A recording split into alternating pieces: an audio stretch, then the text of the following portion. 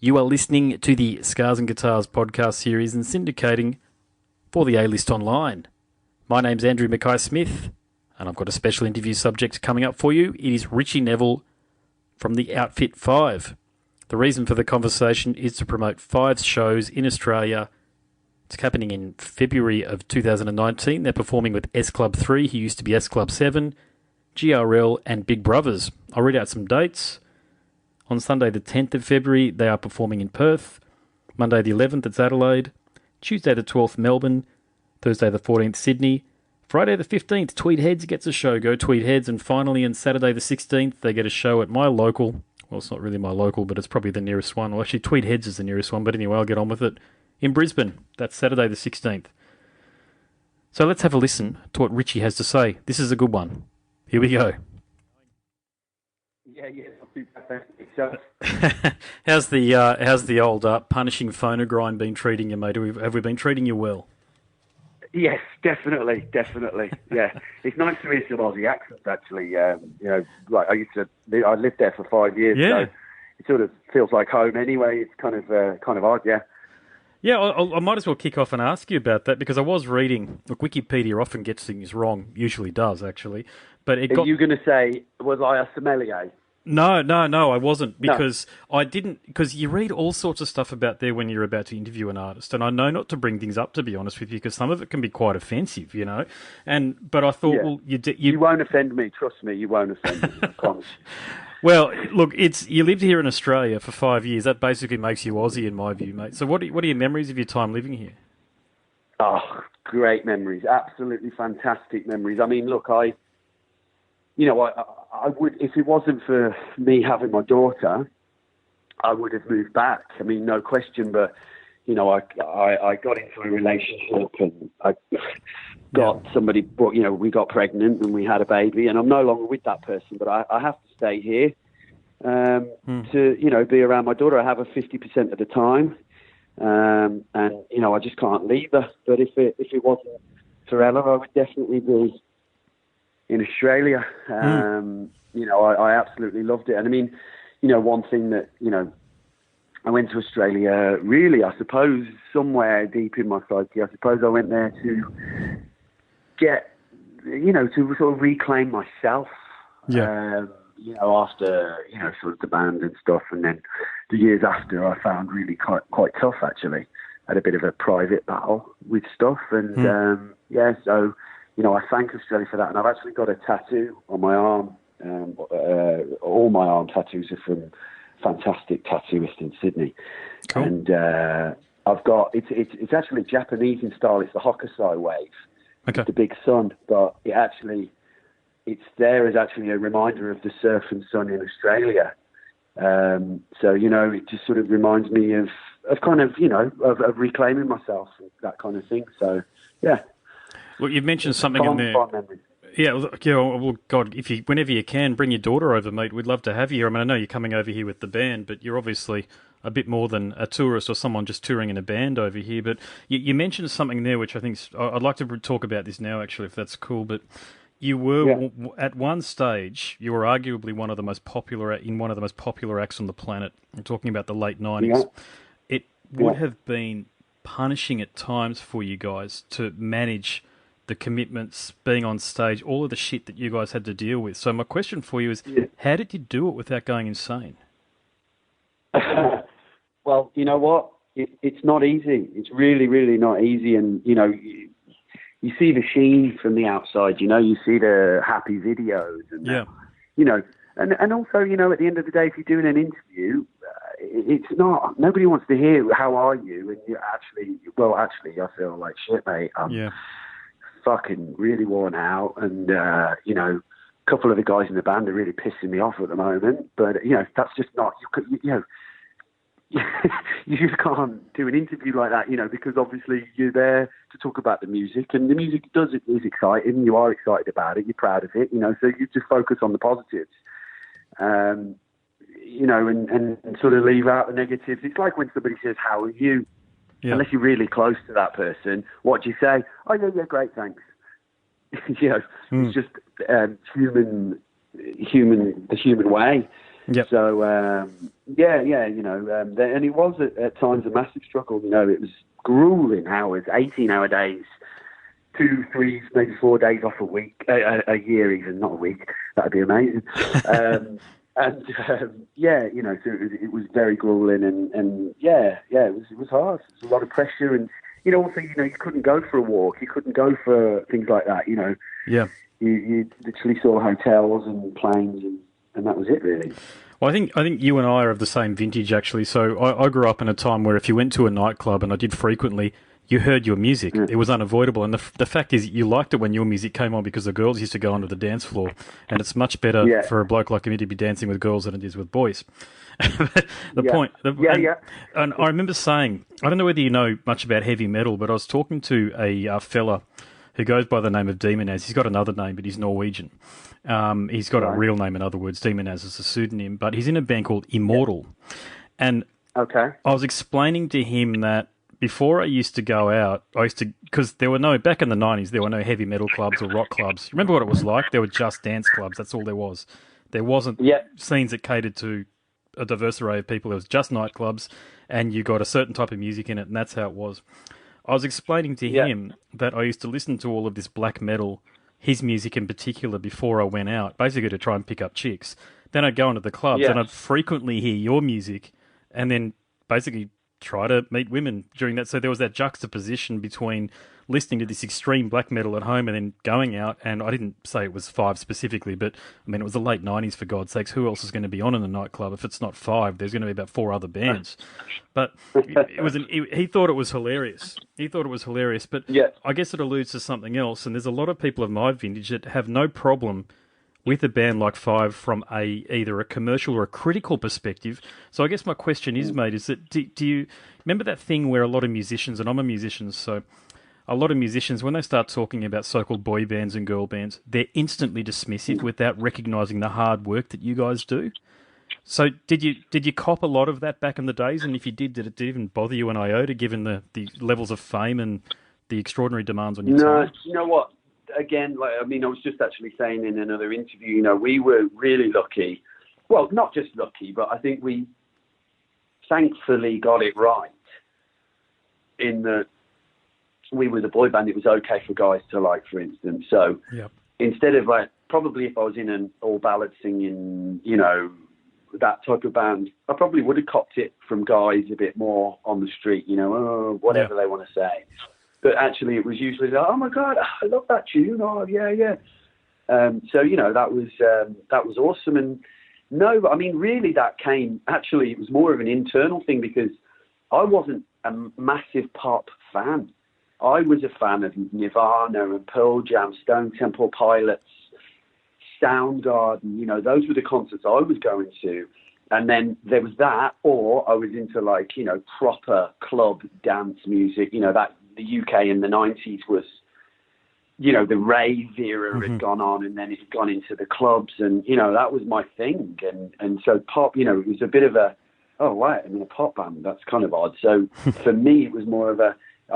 Afterwards, I would be a bit apologetic about it.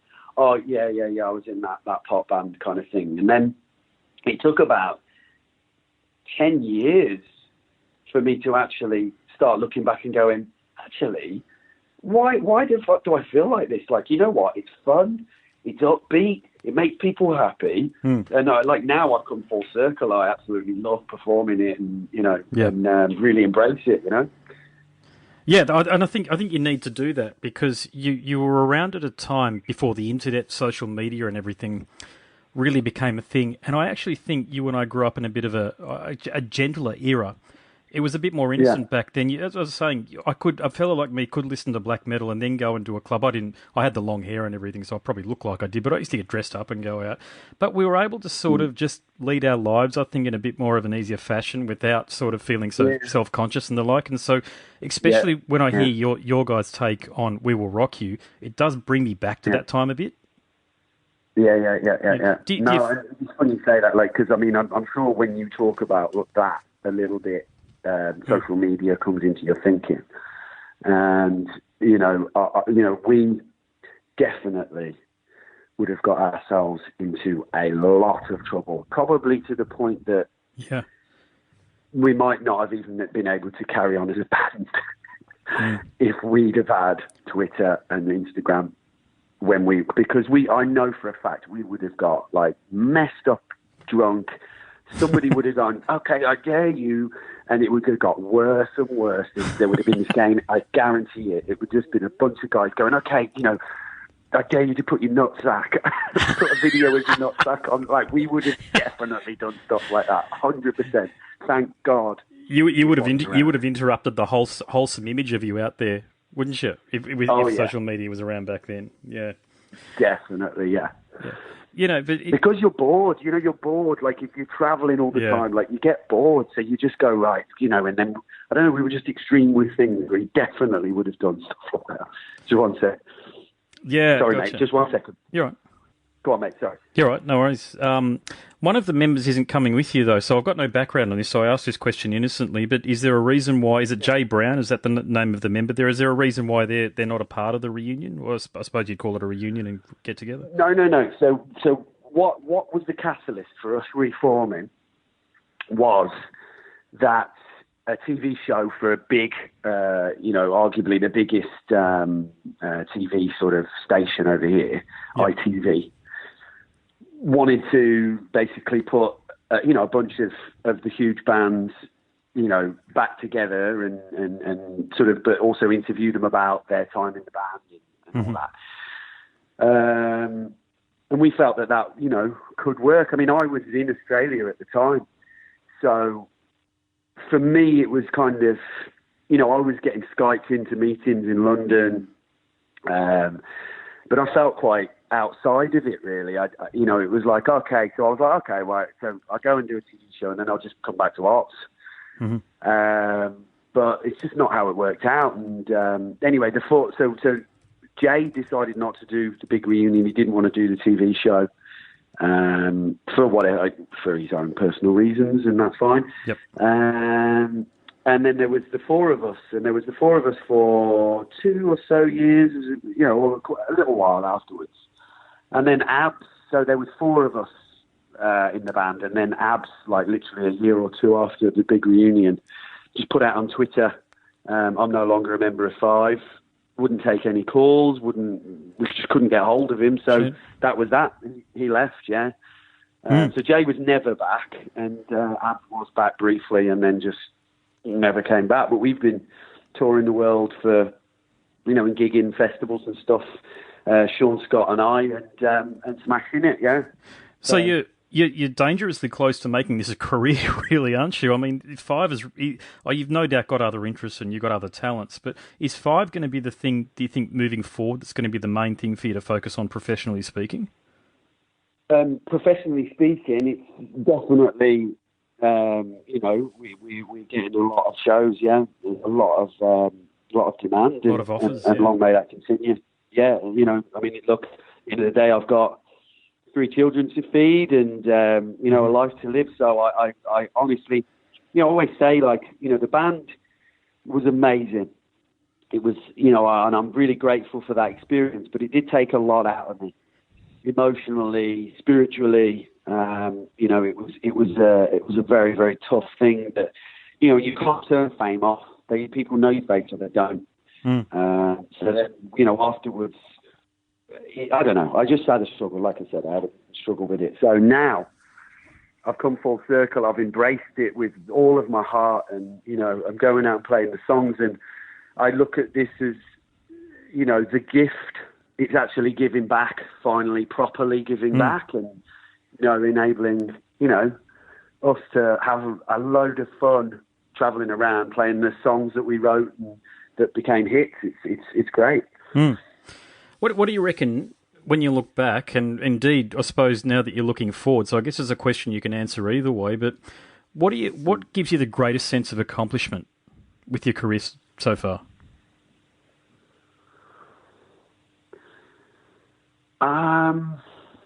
Greatest sense of accomplishment. Oh, there's so many things. I mean, geez, like winning the Brit Award was amazing. Winning the MTV Award was amazing. But that's awards. That's great. Playing Rock in Rio was amazing. Jamming with Queen was amazing. Opening the Brits was amazing. Stopping Times Square in America was amazing.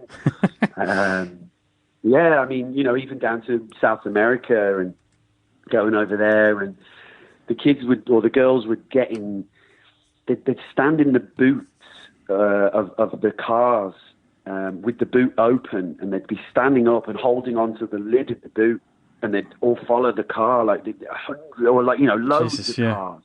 Yeah, full of girls, and you'd be like, what? Like, because it's just mad. Like, I mean, you know, you wouldn't be able to do that in Europe or Australia. You know, the police would be like, "What are you doing?" But the police like, "Oh, there's a pop band." Okay, yeah, you know, it was mad. You know, turning up at radio stations, and literally for as far as the eye can see, it's like that footage I grew up watching, sort of when Michael Jackson came to town or something. You know, and it was like, wow, and it was like, shit, like. Wow, this is really, really sort of mind-blowing, you know? So, yeah.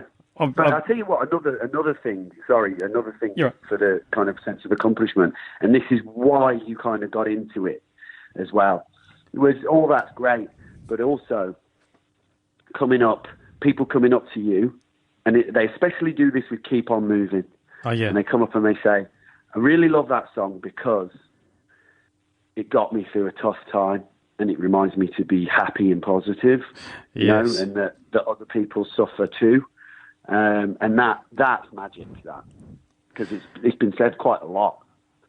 Yeah, well, that's awesome that people feel that's their lived experience. Okay, so your music, yes, it was popular, but there's actually a message there as well.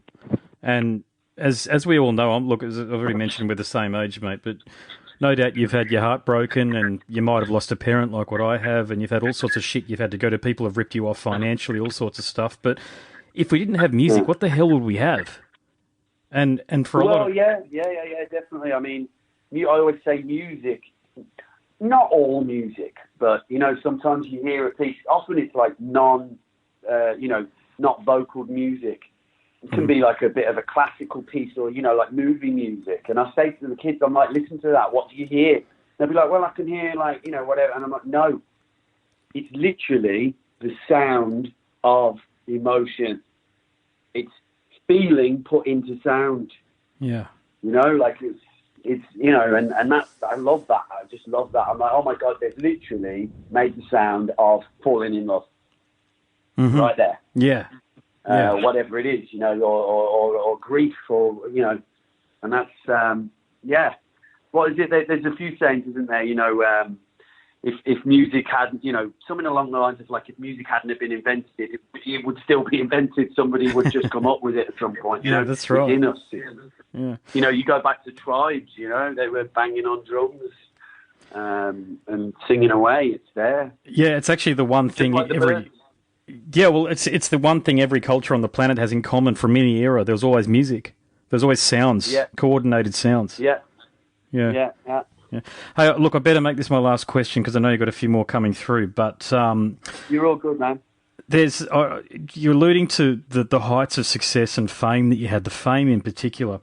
Now, I do host an R-rated program, not safe for work is what I'm saying, so be as not safe for work as you like when you're answering this question, mate. But what was one of the craziest things you encountered during the height of your fame?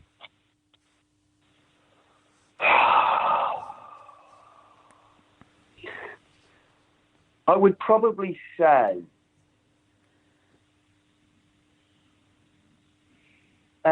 often the two-facedness of the people that worked in the music industry and the manipulation.